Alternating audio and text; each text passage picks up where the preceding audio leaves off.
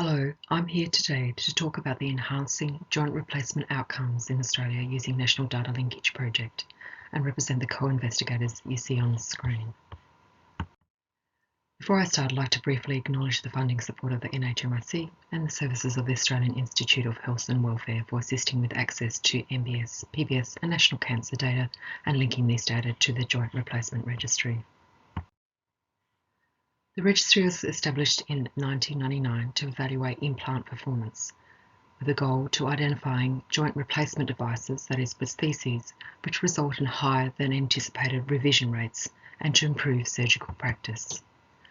Some 125,000 hip, knee and shoulder replacement procedures were undertaken in 2019, giving a total of 1.6 million total procedures to date, which have been collected by the registry. The data collected for the registry represent a minimum data set collected at time of surgery and include patient details, surgeon and hospital identification, procedure and prosthesis details. Outcome assessment following joint surgery is limited, however, by the scope and timing of data collected for the registry, with information collected only at index and subsequent joint replacement surgeries. Endpoints are also restricted to revision surgery and mortality. There are, however, a broader range of outcomes beyond revision and mortality which arise following joint replacement. Both local and systemic in origin, these complications are potentially burdensome and costly for patients and providers and the health system. Complications include surgical site infection, dislocation, pain, malignancy, cardiovascular and neurological complications. A whole-of-population linked dataset enhances the scope of investigation of registry cohorts.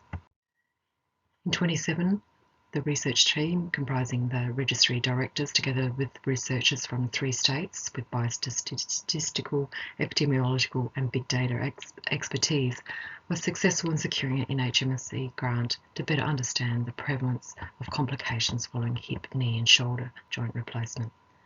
The study also seeks to understand the health service utilisation in the arthroplasty population, for example readmissions, use of inpatient rehabilitation, as well as factors affecting the rate of complications such as patient comorbidities and specific medicines. Some of the research questions being investigated appear on the screen. So, for example, what is the comorbidity burden and profile of patients undergoing primary and revision joint replacement procedures? Is there an association between some of the patient factors such as BMI, surgical fitness and comorbidity and 30-day, 90-day and 1-year mortality? Can we use the data to improve detection of infection following joint replacement? Are surgeons prescribing anticoagulant therapy is recommended for DVT prophylaxis? And what's the rate of dislocation following joint replacement? 20 data sources are being linked to the registry. These include national government subsidised health services and procedural information from the MBS and prescription dispensing data, hospital separations and emergency attendance data from Australia's 8 jurisdictions, together with National Cancer Registry and Rehabilitation Service data. Numerous challenges exist when seeking to link data sources, as we're well aware. Unlike Nordic countries, Australian administrative data lack a unique individual identifier which can be used to link data sets. Consequently, data sets are linked probabilistically, matching demographic, name and address information. Furthermore, there's no single agency which is a repository for national and state administrative data. Consequently, considerable negotiation is required with a number of agencies to obtain the necessary governance, data custodian and ethical approvals for access and release of data for linkage. For the current study, there are 7 different agencies who are responsible for linking the registry data to either state, hospital data assets or national MBS, PBS, cancer and rehabilitation data. Once linked, as we're well aware, these data are held in a separate remote access secure environment known as SHORE, administered by the Sachs Institute in New South Wales. And from the SHORE, we can access the data, the linked data for analysis. So what's been achieved to date?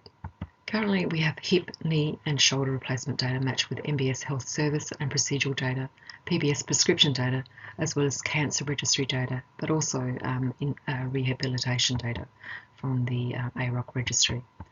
With respect to the MBS and PBS data, an extremely high rate of linkage was achieved, with 95% of patients with hip, knee or shoulder replacements able to be linked with the MBS and PBS data.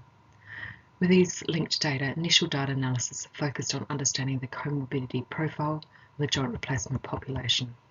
We're also using MBS and PBS data to create an algorithm to more accurately determine prevalence of infection in the joint replacement population, and this will be reported in more detail by my colleagues Artie Guliani and Barry Kerr at the conference. The first data set linked with the Australian National Joint Replacement Registry is the Cancer Registry. Linked data have been used to investigate whether there is an increased cancer risk with hip joint replacements. And this question arose following concern about the use of large head metal and metal bearings, where initial pilot work examining cancer data identified an increased but non-significant overall cancer risk, although there were differences in site-specific cancer rates. The slide shows increased incidence of various cancers in the total hip replacement population for the time period 1999 to 2014. Across all cancers combined, there was a 30% increased cancer incidence in the hip replacement population compared with the general population. Myeloma, melanoma, and prostate cancers were the three cancers with the highest incidence in the hip population, varying from 50% increased risk of prostate or melanoma cancers and 60% increased risk of myelomas. Prostate cancer is highlighted as this was the only cancer where cancer risk varied with bearing surface time. Another application of the linked data is developing patient comorbidity profiles to understand whether these comorbidities impact on patient outcomes. Linked data using prescription dispensing data recorded in the PBS has been used to develop a comorbidity profile of joint replacement patients using a tool known as the RX risk. Using prescription medicine dispensing, the RX risk can be used to establish an individual's current comorbidities and comprises 47 comorbidity categories with medicines mapped to these categories. Where an individual has more than one dispensing for a medicine in a given category, then they're considered to have been treated using medicines for that comorbidity. An RX risk score is then generated from a count of the comorbidity categories, with a possible score ranging from 0 to 47.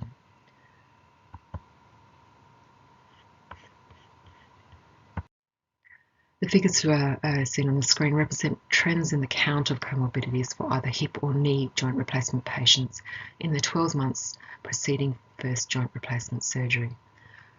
Both figures indicate no appreciable change in median comorbidity scores seen across the 14-year study period.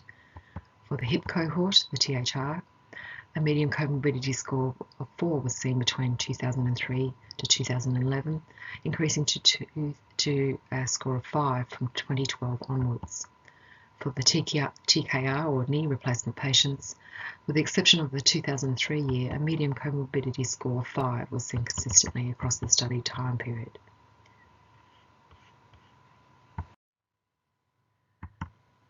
Another area of investigation currently in process using the linked data involves better establishing infection rates in the joint replacement population.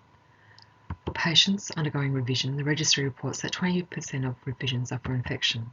However, what the registry is unable to record are patients receiving infection management without a need for surgery. Using MBS and PBS data linked with the registry data, we can create an algorithm to identify infection occurrence. The PBS data allows to establish a profile of antibiotic use through the type and duration of antibiotics being dispensed in relation to the index and also to subsequent surgeries. The MBS services can be used to identify patient cohorts who undergo other surgical procedures for infection management, which are not revision operations and so not recorded in the registry.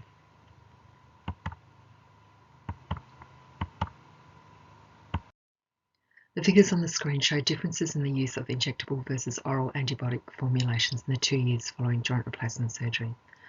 Infusion formulations, for example, were dispensed more frequently in the initial 1 to 2 months following surgery, although used more extensively in the revision for infection population. Oral antibiotics, in contrast, were increased in use in the 2 months following surgery and were used at higher rates in the revision for infection group compared with other revision and non-revision groups. When looking at MBS procedures, we can see in the month prior to a revision for infection procedure, the rate of arthrotomy, synovectomy, and debridement procedures was high. After revision for infection, the rate of arthrotomy, synovectomy, and debridement procedures were also increased, but at a lower rate compared with pre-revision procedures. Preliminary results shown in the previous slides shows the potential scope of work for investigation using administrative data linked to registry information. By interrogating these data, we can gather evidence based on real-world practice and patient experience on outcomes following joint replacement, including reasons for variation in outcomes and identifying patients at risk of poorer outcomes. This real-world evidence, in turn, can be used to optimise healthcare of individuals receiving joint replacement surgery. Thank you.